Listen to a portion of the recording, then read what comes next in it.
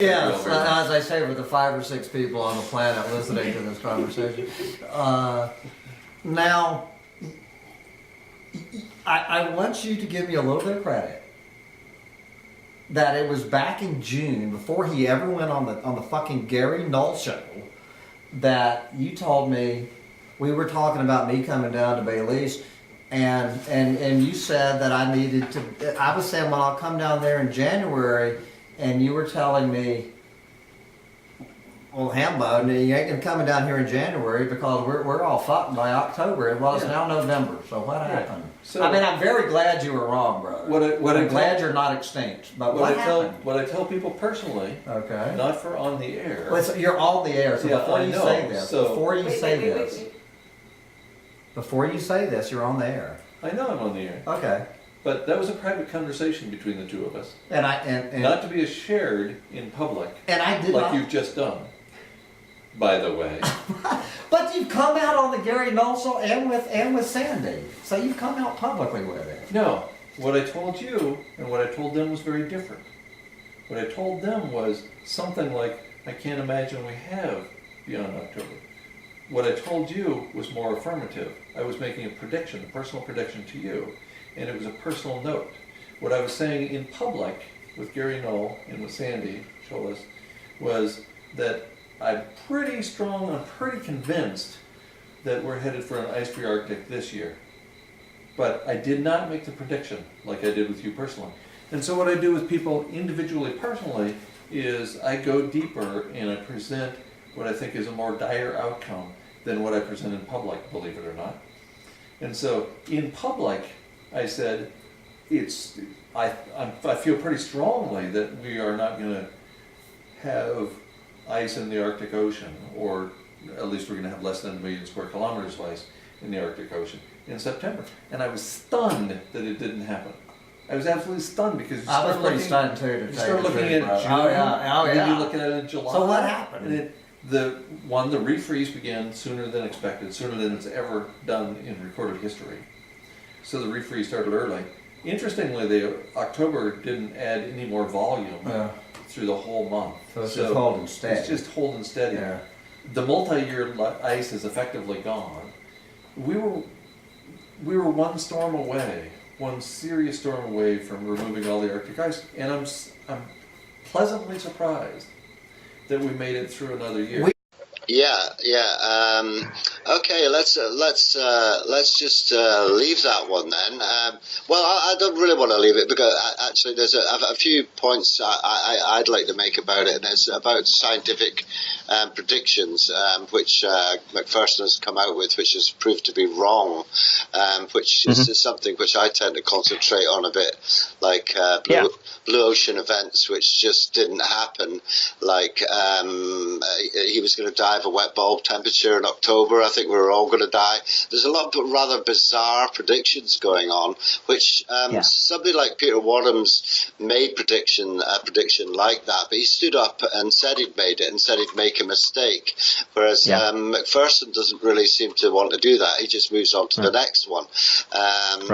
So I do personally have issues with that, because I think it can be very traumatizing for many people who follow McPherson to hear this sort of thing and not have any support, and who knows what they may do to themselves when they hear this kind of information, how it can be absolutely life-changing for them. They may turn off Facebook and just do anything and never go back again to listen to the next version of what has been called his ponderings. So I would just like to stick that in there, and also mention that right from the start, McPherson has never really wanted to show support for what he does. He came over here to Europe, and there was no real support at all given to those people that he presented to. Since then, he's had a little course in grief counselling, and I think he thinks that is sufficient support to give to people. I don't personally, and I think people need this. Is why the Near Term Human Extinction Support Group is up and running, because we all know how we can't talk to lots of people about this issue, and if you've got nobody to talk to, then people can go there. Right. But Guy wasn't even prepared to mention that in his European tour, because I think he felt it was in competition with Nature Bats Last. There's been a lot of that going on between me and Guy, so there's no love lost between me and him, I assure you. Yeah, I mean, it's interesting, when you bring up the predictions, and I understand scientists make predictions, and like you said, people own up to when they're wrong and things like that, and some people obviously don't. I think what's interesting about that is, as a community, and I'm talking like people who consider themselves doomers, near-term human extinction, abrupt climate change, so on and so forth, is getting to the point where you do not, and I understand this takes a long time, to not latch on to one person's prediction or anybody's prediction, and consider that to be the absolute truth. Because, as we've talked before, Mike, and other people have talked, there's so many moving parts to this and so many variables. And to make a prediction about human extinction with all those moving parts, and then to narrow it down to, a year in the history of time is quite ludicrous, quite frankly. And I understand why people do it, because they put together data and they think, well, okay, we think this is going to be about when it could occur. But if we really look at what we really know and how much we don't know, I think it's pretty obvious that we don't know a hell of a lot, because we're discovering things all the time. And the thing that probably is going to get us, we haven't even come across yet, maybe. I mean, it's just one of those things. Yeah, I agree. The other part that you brought up, about making those predictions and people coming across, and you're right, most of the people that probably contact folks like, Guy or yourself or myself or Carolyn or Jennifer, a lot of times people are in a pretty vulnerable position because they're looking to get more information, and they do a Google search or they go do a Facebook search and they come across our names because we have some stature in this community, because we've written things, we've done interviews and so on and so forth. And then that's what I was talking about earlier with, the conflict that has come up between some of us and Guy, is that we consider it just to be unethical that when you have that position in a community, that you need to behave in a particular way, because people are coming to you pretty vulnerable. And in taking advantage of that in any sense, to me, is clearly an unethical move on anybody's part. And I don't expect people to be absolutely perfect, but when it happens and it becomes a pattern, well, then that becomes a problem. And that's, I think, when people in communities need to step up and hold people accountable. And that's really what we're attempting to do. And so just to kind of clarify what we're up to. So. Yeah. And, Guy has obviously got thousands of supporters. Oh, absolutely, you're right. Yeah, he's got a lot of people that follow him. Yeah, he has got a lot of people that follow him, and he promotes himself all the time. And sometimes I think some of these, he's a bit sensationalist to grab people's attention, But then he just seems to move on, and nobody ever seems to question him. They always try and defend him. So I find that a bit scary. And maybe you'd like to say something about, because there's a definite trend with people who are in positions of power. Right. Would you like to say something about that? Yeah, I mean, well, you bring up a good point. It's when you have a following, as we all do on some level. Some of us have more people that follow us than others, but there comes a responsibility with that. And again, I know people screw up. We get it. But with that responsibility comes, what I have found is the best way to deal with it is to self-reflect constantly, because as we're dealing with the collapse of civilization and the biosphere and an insane dominant culture, I understand that's a lot of baggage, and people like to say, well, you can't bring up things in people's personal life when you look at the big picture of what's going on.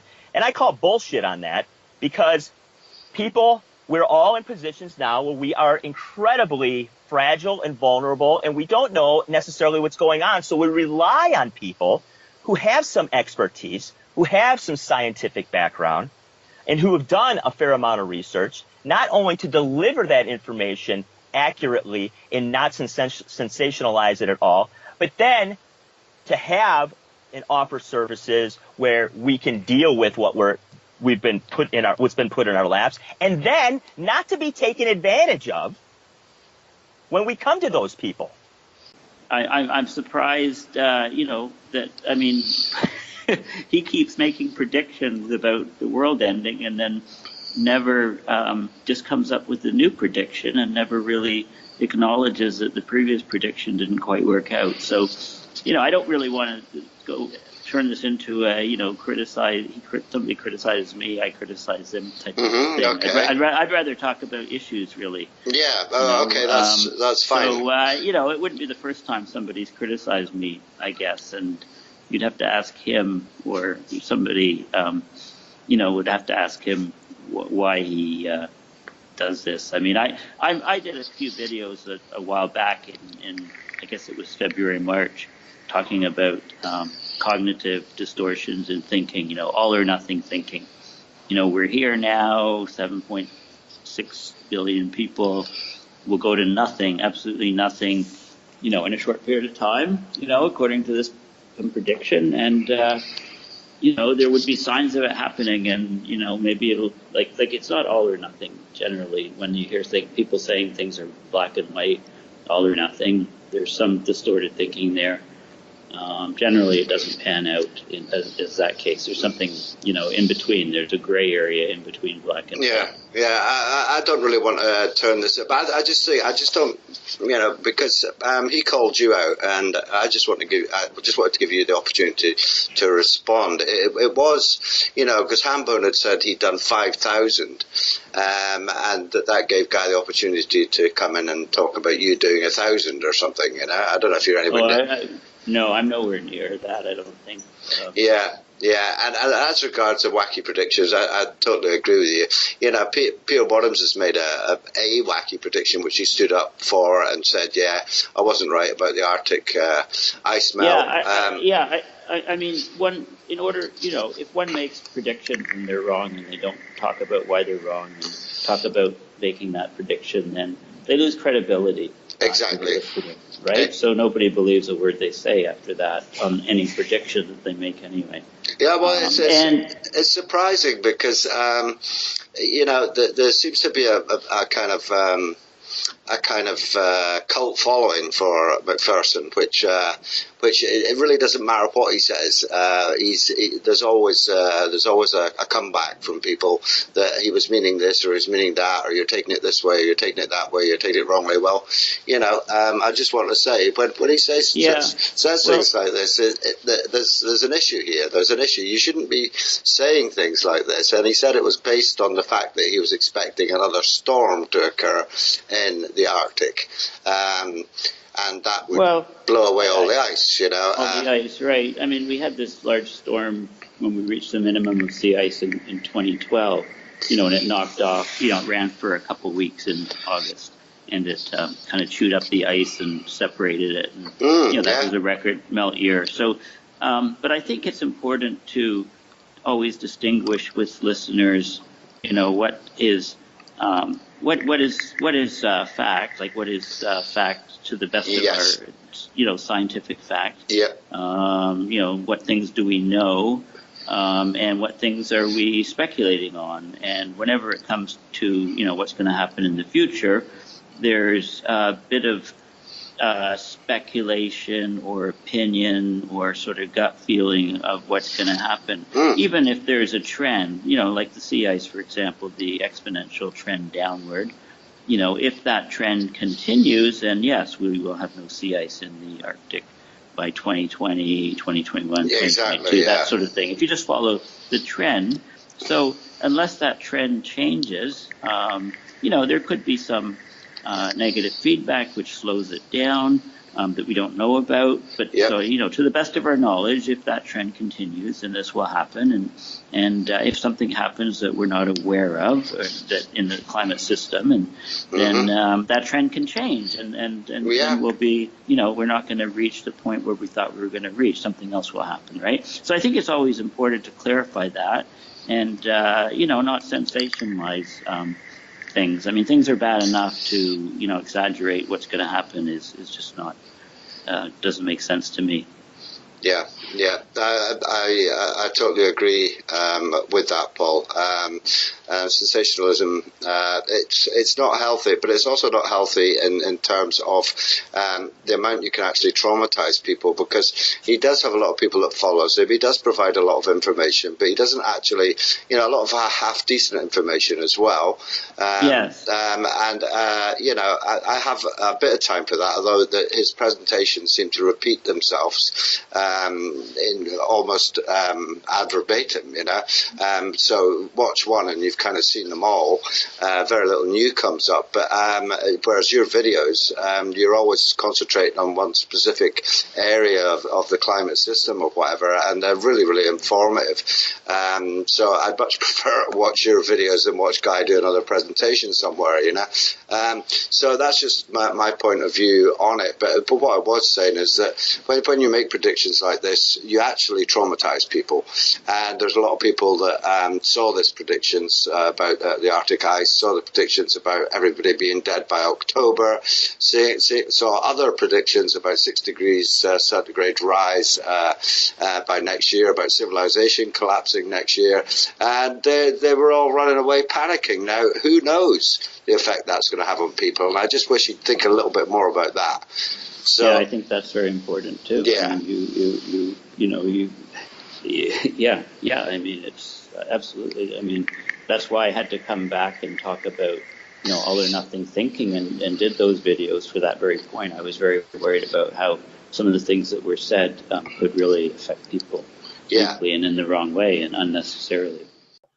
I really think that Guy McPherson himself has a responsibility at this point to explain, to put out a YouTube or in some sort of a fashion, to explain what he's talking about when he is referring to this revision of days. And of course, he did say most of the people on the globe will be dying in a matter of days and months. So that sorry, not days and months. He said weeks or weeks. I'm sorry, you're right. I'm sorry, days and weeks, not months, no, not days and not weeks. years, not decades. Yeah. Weeks and months, not days. Weeks and months. Okay, sorry about that. So the thing is that for him to come out with that when in the past, he's kind of said originally. I remember him saying 2030 plus or minus 9 years. It takes you almost out to 2040 or down to about 2021, which is just around the corner. But he has always tended to use, a decade, that could be, although he would sometimes qualify that by saying, yeah, well, you really don't have a decade. But those prognostications don't mean very much to me unless it's explained why he has drawn that conclusion. And given the other thing that's disturbing to me is we're talking about this right now. The four of us, we're talking about it. But I haven't seen much in the way of commentary about that, from people like Kevin Hester, et cetera, in any kind of meaningful way. And again, I do think that Guy McPherson, I saw somewhere he's trying to sell his homestead in New Mexico. He's going on tours. And it doesn't make a lot of sense to me if you really think everything is going down in that brief period of time. Why are you even bothering with X, Y, and Z?